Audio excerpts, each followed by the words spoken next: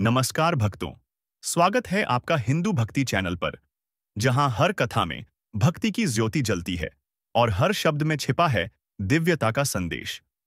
आज हम सुनेंगे एक ऐसे देवता की कथा जो साहस, ज्ञान और वीरता के प्रतीक हैं, जिन्होंने देवताओं को बचाया, अधर्म का अंत किया और ब्रह्मांड में धर्म की पुनः स्थापना की। जी हां भक्तों, आज की कथा है भगवान कार्तिकेय की, जिन्हें स्कंद, मुरुगन, षणमुख, कुमारस्वामी और सुवेल नामों से भी जाना जाता है। वे हैं युद्ध के देवता, शिव और पार्वती के तेज से उत्पन्न, जिन्होंने शक्तिशाली दैत्य तारकासुर का वध करके समस्त लोकों को मुक्त किया। एक समय की बात है जब सृष्टि में असुरों का आतंक बढ़ गया था। उनमें सबसे शक्तिशाली था तारकासुर। वह ब्रह्मा जी का परम भक्त था। उसने घोर तपस्या की और ब्रह्मा जी से वरदान मांगा, हे ब्रह्मदेव, मुझे कोई भी देवता न मार सके सिवाय उस बालक के जो भगवान शिव के पुत्र के रूप में जन्म ले। ब्रह्मा जी ने कहा, तथास्तु। तारकासुर ने यह वरदान लेकर तीनों लोकों में अत्याचार मचाना शुरू कर दिया। देवता पराजित होने लगे, यज्ञ रुक गए, धर्म की जड़ें कमजोर होने लगीं। देवताओं को पता था शिव के बिना संसार अधूरा है, लेकिन उस समय शिव योग में लीन थे। सती का देहत्याग हो चुका था और वे वैराग्य में डूबे थे। देवताओं ने ब्रह्मा, विष्णु और नारद जी से सहायता मांगी। नारद जी ने कहा, जब तक शिव और शक्ति का मिलन नहीं होगा, तब तक तारकासुर का वध संभव नहीं। सती ने पुनः जन्म लिया, हिमवान की पुत्री पार्वती के रूप में। पार्वती का जन्म ही इस उद्देश्य से हुआ था कि वे शिव से पुनः मिले। उन्होंने घोर तपस्या की, वर्षों तक केवल वायु का सेवन करते हुए। उनकी तपस्या से प्रसन्न होकर शिव ने उन्हें स्वीकार किया। उनका विवाह हुआ और तभी सृष्टि में फिर से संतुलन लौटा। अब समय था उस दैत्य विनाशक बालक के जन्म का। एक दिन जब शिव और पार्वती कैलाश पर विराजमान थे, उनके मिलन से एक दिव्य तेज प्रकट हुआ, इतना प्रचंड कि अग्निदेव भी उसे संभाल न सके। वह तेज 7 नदियों में प्रवाहित किया गया। गंगा, यमुना और अन्य पवित्र नदियों ने उस तेज को अपने गर्भ में धारण किया। वहीं से एक दिव्य बालक का जन्म हुआ, जिसके 6 मुख थे, 12 भुजाएं थीं और शरीर से प्रकाश निकल रहा था।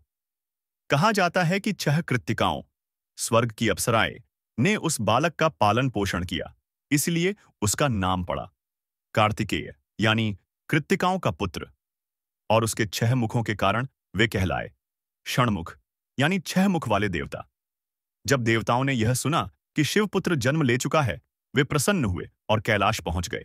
इंद्र, ब्रह्मा और विष्णु सभी ने उस बालक को नमन किया।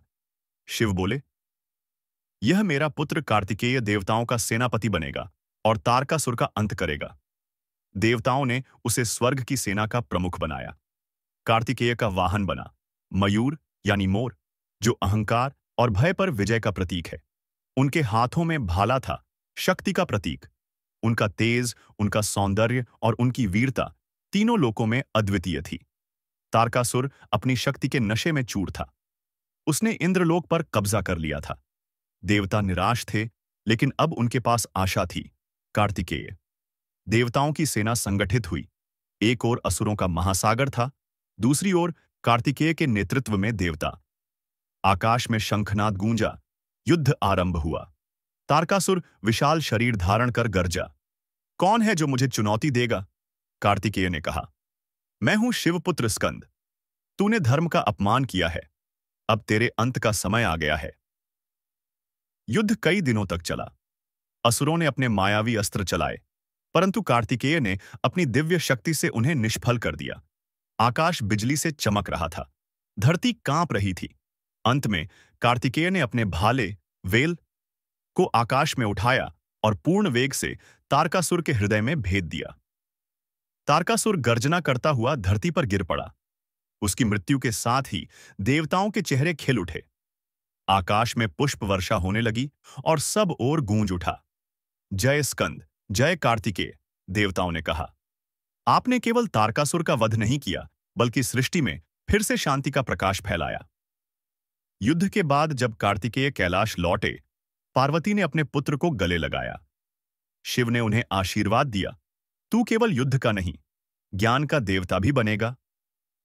कार्तिकेय अत्यंत ज्ञानी माने जाते हैं। कहा जाता है कि एक बार ब्रह्मा जी स्वयं उनके ज्ञान से पराजित हुए।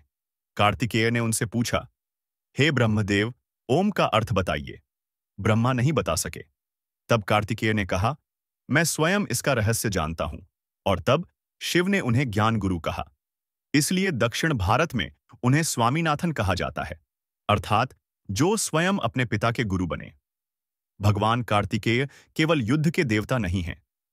वे साहस, विवेक और अनुशासन के प्रतीक हैं।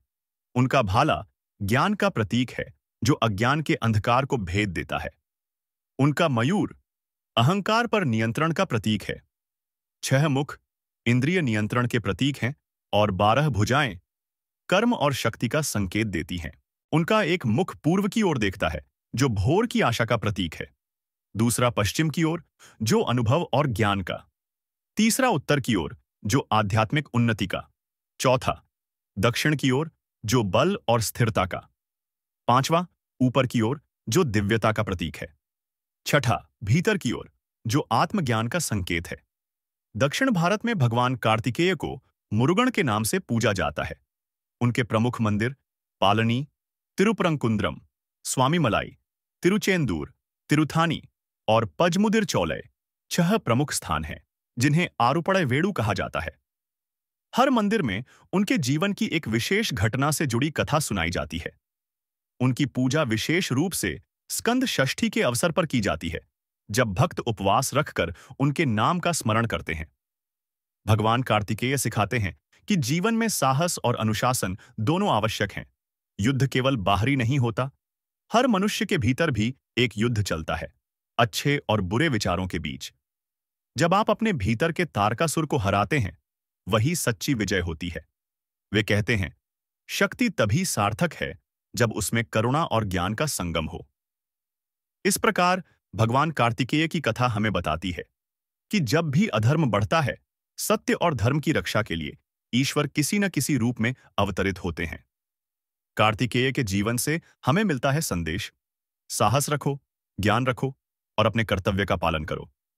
तो भक्तों, आइए पूरे भक्तिभाव से बोलें, एयूएम स्कंदाय नमः, एयूएम कार्तिकेयाय नमः। जय कुमार स्वामी, जय मुरुगन स्वामी। जो कार्तिकेय का नाम लेता है, उसके जीवन से भय और अज्ञान दूर हो जाता है। वह बन जाता है जीवन का सच्चा योद्धा, जो धर्म के लिए जीता है और सत्य के लिए लड़ता है। जय स्कंद, जय कार्तिकेय, जय शिवपुत्र, जय पार्वती नंदन।